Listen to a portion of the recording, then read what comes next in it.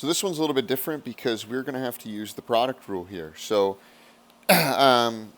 each piece is going to use the product rule. So I've got my first one times the derivative of my second one plus the second one times the derivative of my first one.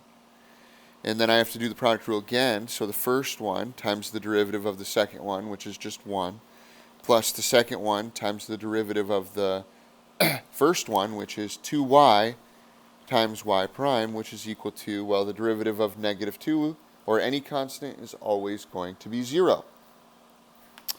So these are my pieces that have my y primes, and I'm going to keep those on this side, and I'm going to subtract everything else to the other side. So for the sake of writing it nicer, I'm going to just do this as 2xy, and I'm going to rewrite everything that kind of goes in order, right? So minus 2xy minus y squared. So this is going to be x squared y prime, and then I've got plus 2xy y prime times y prime here, which is equal to that negative 2xy minus y squared. So now I need to factor out my y prime, so that leaves me with x squared plus 2xy.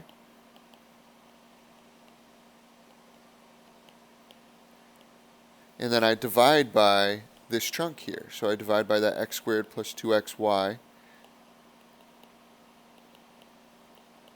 And that ends up giving me y prime is equal to my negative 2xy minus y squared. All of this over x squared plus 2xy.